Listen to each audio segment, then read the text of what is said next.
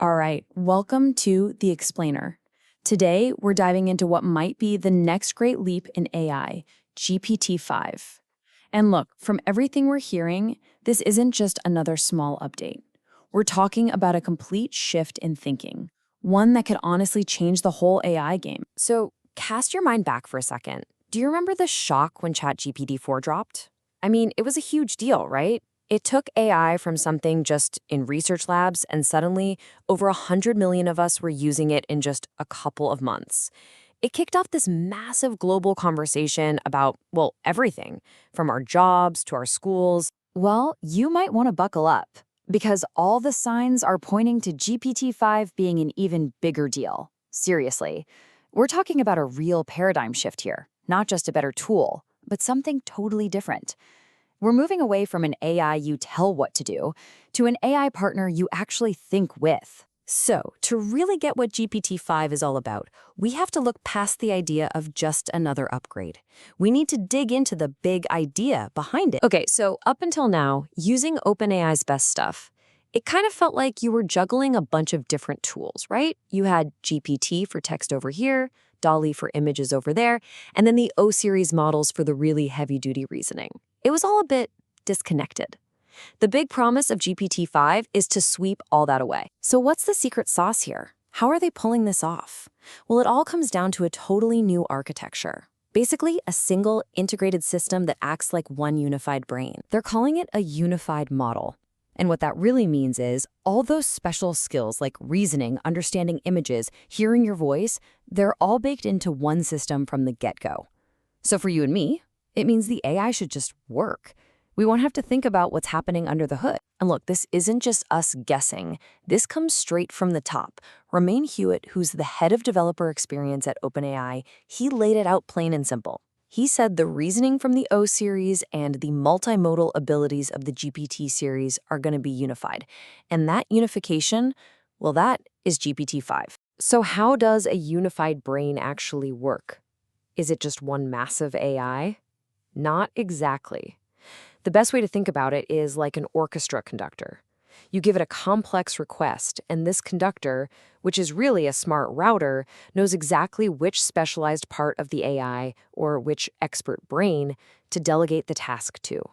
It's all about getting the job done in the smartest, most efficient way possible. Okay, so this new architecture, it's not just a technical change. It unlocks what we can think of as a trinity of new powers. This is what gives our new AI partner its incredible senses and its powerful mind. And this trinity breaks down into three huge advancements. First, much smarter reasoning.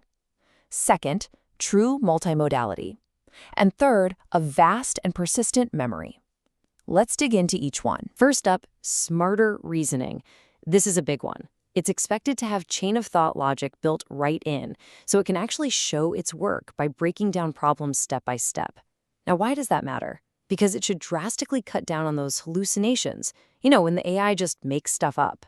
This makes it way more reliable for serious stuff in business, law, or science. I mean, the rumor is they're aiming for over 90% on super tough math tests. That shows you the level they're aiming for. Next up, we've got true multimodality. Now, previous models kind of bolted on these different skills, but GPT-5 is expected to handle text, images, audio, maybe even video natively, all in one seamless conversation. So you could literally ask a question with your voice, show it a picture on your phone, and get a spoken answer back, all handled by the same integrated mind. All right, now let's talk about memory. To really appreciate the jump we're about to see, let's look back at a model like GPT-4o. It had a context window of 128,000 tokens, and tokens are basically chunks of words. That was its working memory, what it could think about at any one time. Yeah, well, GPT-5 is expected to just obliterate that. We're talking over 1 million tokens. To put that in perspective, that's like feeding it the entire Lord of the Rings trilogy, and it could analyze the whole thing in one go without forgetting what happened in the first chapter. Think about what that means for huge documents or complex code. But here's the real superpower. It's something called persistent memory. This is huge. The AI will actually be able to remember you, your preferences, and what you've talked about between conversations. It's no longer an AI with amnesia. This transforms it into a partner that actually learns and gets to know you over time. So, okay, we have a unified brain, we have incredible senses and memory. But what happens when you give that intelligence hands? The ability to actually do things in the world. Well, that's where we get to the dawn of AI agents. So what is an autonomous agent? It's not just a chatbot anymore. Think of it more like an operator. It's an AI that can take a high-level goal from you, like a really broad instruction, and then it can reason, plan, and carry out all the steps to achieve that goal on its own. It can even use other digital tools to get the job done. So what does that actually look like in the real world? Well, instead of you doing it, you could just tell the agent, hey, organize a team meeting for next week. And it would go check everyone's calendars, find the perfect slot, send the invites, and even attach the right documents. Or you could say, book me a trip to Paris, and it would handle flights, hotels, the whole shebang. It's a massive shift from a passive assistant to an active doer. Now, of course, OpenAI isn't building this in a bubble. GPT-5 is stepping into a seriously competitive arena.